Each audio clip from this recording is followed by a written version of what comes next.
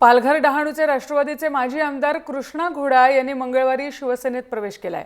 राष्ट्रवादीचे 5 जिल्हा परिषद आणि 8 पंचायत समिती सदस्य यासह 40 सरपंचांनी मातोश्रीवर जाऊन शिवसेनेत प्रवेश केला।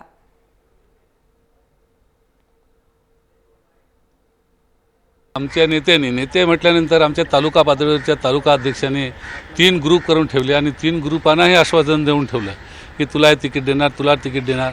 आणि मग तिकीट दिल्यानंतर ते शेवटी नाराज होतात आणि नाराज झाल्यानंतर ते आपल्या विरोधात काम करतात आणि अशामुळे ती सीट जाते।